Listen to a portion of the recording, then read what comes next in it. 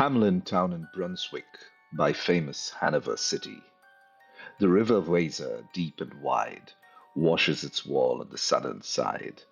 A pleasanter spot you never spied.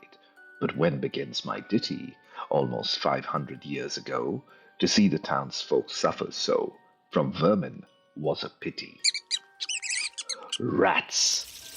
They fought the dogs and killed the cats and bit the babies in the cradles and ate the cheese out of the vats and licked the soup from the cook's own ladles, split open the kegs of salted sprats and made nests inside men's Sunday hats, and even spoilt the women's chats by drowning their speaking with shrieking and squeaking in 50 different shops and flats. At last the people in a body to the town hall came flocking. "'Tis clear," cried they, "our mayors are noddy, and as for our corporation, shocking. To think we buy gowns lined with ermine for doles who can't or won't determine what's to rid us of our vermin. Rouse up, sirs, give your brains a racking to find the remedy we are lacking, or as sure as fate, we'll send you packing." At this, the mayor and corporation quaked with a mighty consternation.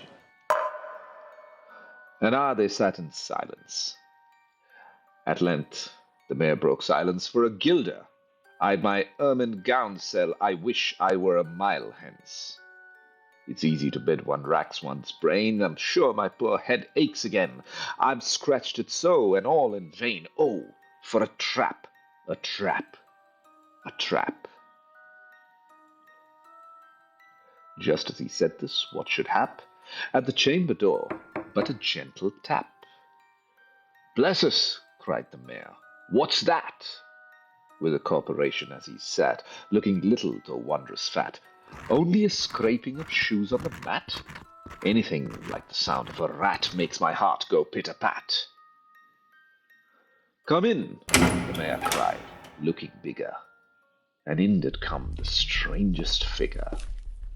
His queer long coat from heel to head was half of yellow and half of red, and he himself was tall and thin, with sharp blue eyes, each like a pin, and light loose hair, yet swarthy skin, no tuft on cheek nor beard on chin, but lips where smiles went out and in. There was no guessing his kith and kin, and nobody could enough admire the tall man in his quaint attire. Quoth one, "It's as my great-grandsire, starting up at the trump of doomstone, had walked away from his painted tombstone." He advanced to the council table, and, "Please your honors," said he, "I am able, by means of a secret charm, to draw all creatures living beneath the sun, that creep or swim or fly or run, after me, so as you never saw. And I chiefly use my charm on creatures that do people harm, the mole and toad and newt and viper, and people call me the Pied Piper." And here they noticed around his neck a scarf of red and yellow stripe to match with his coat of the self-same check, and at the scarf's end hung a pipe, and his fingers, they noticed, were ever straying, as if impatient to be playing upon his pipe, as low as dangled over his vesture so old-fangled. "Yet," said he, "poor piper as I am, in Tartary I freed the Cam last June from his huge swarm of gnats. I eased in Asia the Nizam of a monstrous brood of vampire bats. And as for what your brain bewilders, if I can get your town rid of rats, will you give me 1,000 guilders?" "One! 50,000!" was the exclamation of the astonished mayor and corporation. Into the street the piper stepped, smiling first a little smile, as if he knew what magic slept in his quiet pipe the while. Then, like a musical adept, to blow the pipe, his lips he wrinkled, and green and blue his sharp eyes twinkled, like a candle flame where salt is sprinkled. And ere 3 shrill notes the pipe uttered, you heard as if an army muttered, and the muttering grew to a grumbling, and the grumbling grew to a mighty rumbling, and out of the houses the rats came tumbling. Great rats, small rats, lean rats, brawny rats, brown rats, black rats, grey rats, tawny rats, grave old plodders, gay young friskers, fathers, mothers, uncles, cousins, cocking tails and pricking whiskers. Families by the tens and dozens, brothers, sisters, husbands, wives, all followed the piper for their lives. From street to street he piped advancing, and step for step they followed dancing, until they came to the river Weser, wherein all plunged and perished, save one, who stout as Julius Caesar swam across and lived to carry, as he the manuscript he cherished, to Ratland home his commentary, which was: at the first shrill notes of the pipe, I heard a sound of scraping tripe, and putting apples wondrous ripe into a cider presser's gripe, and a moving away of pickle tub boards, and a leaving a jar of conserve cupboards, and a drawing of the corks of train oil flasks, and a breaking the hoop of butter casks. And it seemed as if a voice, sweeter than my harp or my psaltery is breathed, called out, "O rats, rejoice! The world is grown to one vast dry psaltery. So munch on, crunch on, take your lunch on, breakfast, supper, dinner, luncheon, and just as one bulky sugar puncheon, ready staved like a great sunshone, glorious scarce an inch before me, just as we thought it said, come, bore me, I found the Weser rolling o'er me." You should have heard the Hamelin people, ringing the bells till they'd rocked the steeple. "Go," cried the mayor, "get long poles, poke out the nests and block up the holes, consult with carpenters and builders, and leave in our town not even a trace of the rats," when suddenly up the face of the piper perked up in the marketplace with a "First, if you please, my 1,000 guilders." 1,000 guilders? The mayor looked blue, and so did the corporation too, for council dinners made rare havoc with claret, moselle, vin de rêve, hock, and half the money would replenish their cellar's biggest butt with Rhenish. To pay this sum to a wandering fellow with a gypsy coat of red and yellow? Beside, quoth the mayor with a knowing wink, our business was done at the river's brink. We saw with our eyes the vermin sink, and what's come dead can't come to life, I think. So, friend, we are not the folks to shrink from the duty of giving you something to drink, and a matter of money to put in your poke. But as for the guilders, of what we spoke, of them, as you very well know, was a joke. Besides, our losses have made us thrifty. 1,000 guilders. Come, take 50. The piper's face fell, and he cried, "No trifling. I can't wait," sighed. "I've promised to visit by dinner time, but that, and accept the prime of the head cook's pottage he's all rich in. For having left the calip's kitchen for a nest of scorpions, no survivor. With him, I proved no bargain driver. With you, don't think I bait a stiver. And folks who put me in a passion may find me pipe after another fashion." "How?" cried the mayor. "Do you think I'll brook being worse treated than a cook? Insulted by a lazy ribald with idle pipe and vesture piebald? You threaten us, fellow. Do your worst. Blow your pipe there till you burst."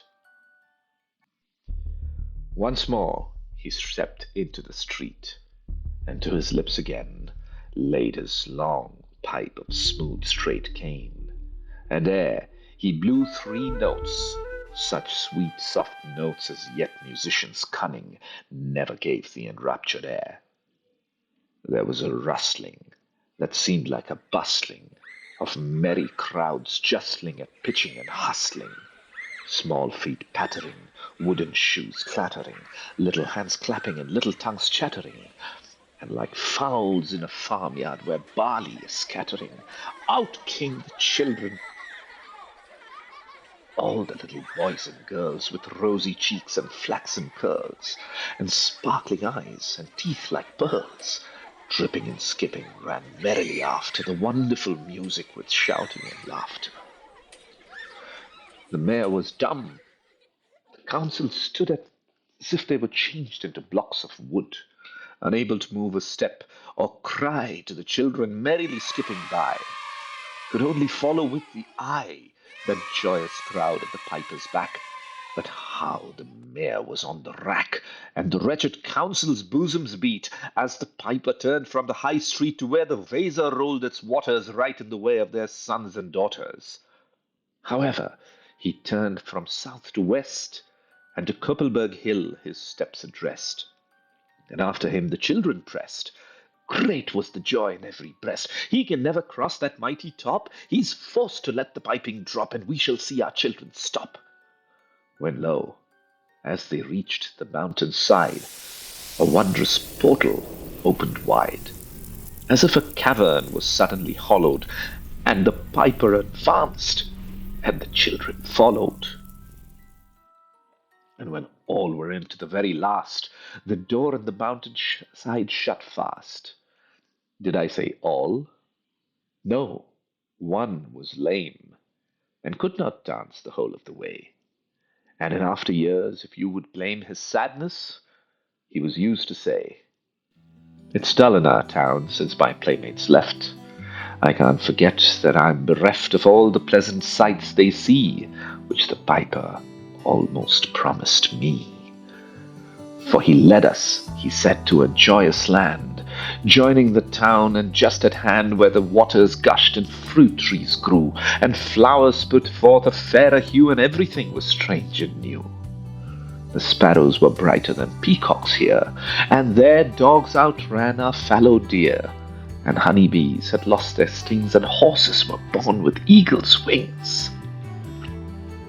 And just as I felt assured my lame foot would be speedily cured, the music stopped, and I stood still, and found myself outside the hill, left alone against my will, to go now limping as before, and never hear of that country more. Alas, alas for Hamelin!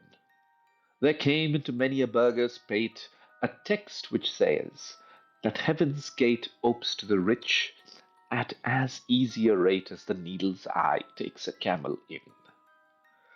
The mayor sent east, west, north, and south to offer the piper by word of mouth whatever it was men's lot to find him silver and gold to his heart's content if he'd only return the way he went and bring the children behind him.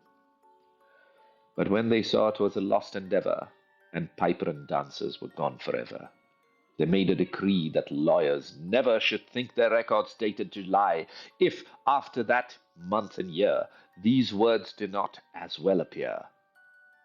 And so long after what happened here on the 22nd of July, 1376, and the better in memory to fix the place of the children's retreat, they called it Pied Piper Street, where anyone playing on pipe or tabor was sure for the future to lose his labor. Nor suffered they hostelry or tavern to shock with mirth a street so solemn, but opposite the place of the tavern they wrote the story on a column, and on the great church window painted the same, to make the world acquainted how their children were stolen away, and there it stands to this very day. And I must not omit to say that in Transylvania there's a tribe of alien people who ascribed their outlandish ways and dress, on which their neighbors lay such stress, to their fathers and mothers having risen out of some subterraneous prison, into which they were trepanned a long time ago in a mighty band out of Hamelin town in Brunswick land. But how or why, they don't understand. So, Willie, let you and me be wipers of scores out with all men, especially pipers. And whether they pipe us from rats or from mice, if we have promised them aught, let's keep our promise.